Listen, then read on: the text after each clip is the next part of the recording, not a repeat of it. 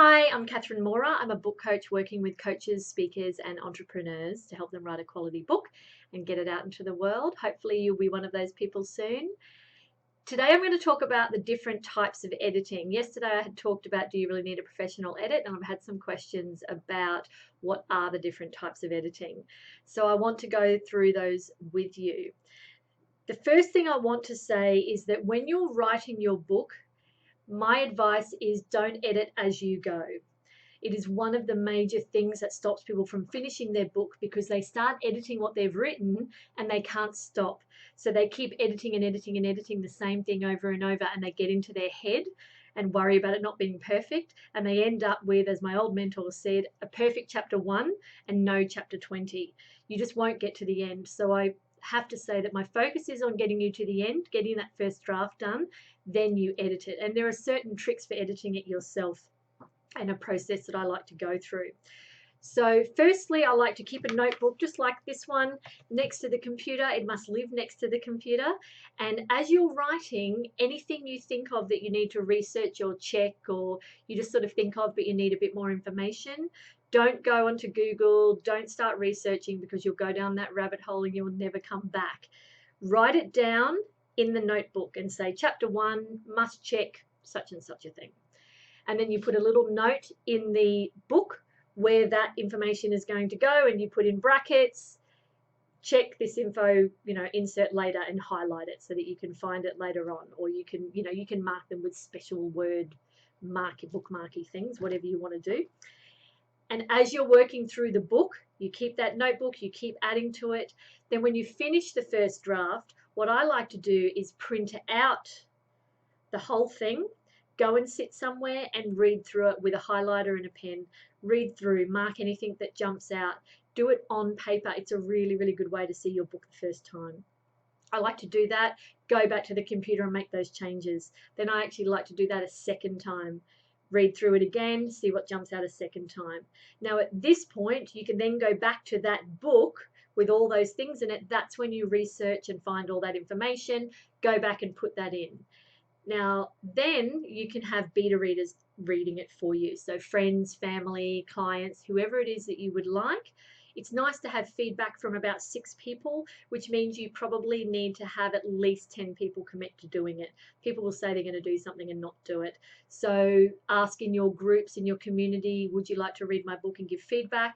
And then you give them some requirements or some criteria.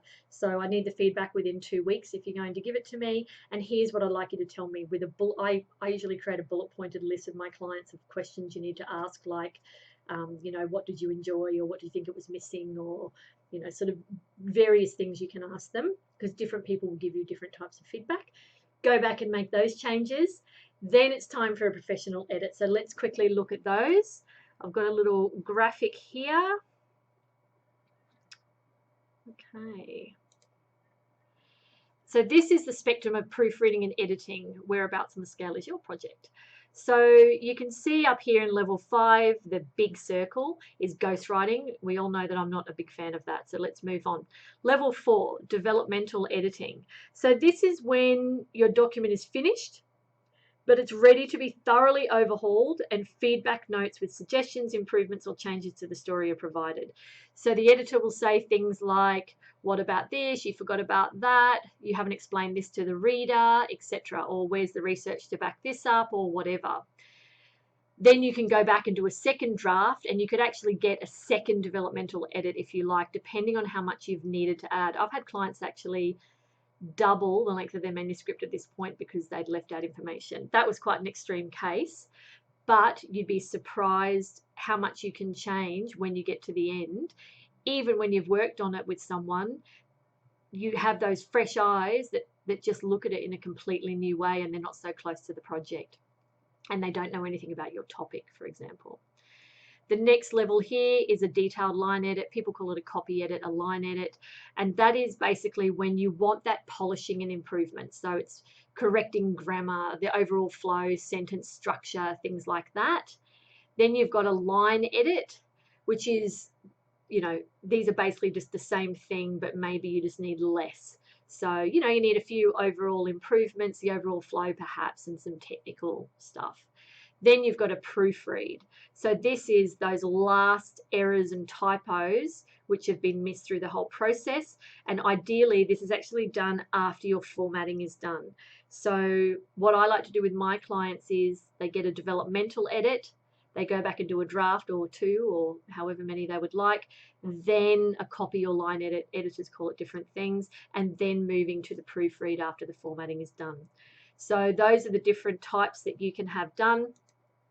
Different editors have different skills. So in my experience, a developmental editor who's great at developmental editing may not be good at copy or line editing. So you actually need different people. A copy or line editor and a proofreader might be the same person, but it's not really a great idea to have the same person do the different levels of edits, because in their head they've already worked on that document. They can miss things, which is why it's great for a proofreader to be a completely separate person who has not been involved in the project, and they can pick up things that have been missed or things that have gone weird during the formatting process.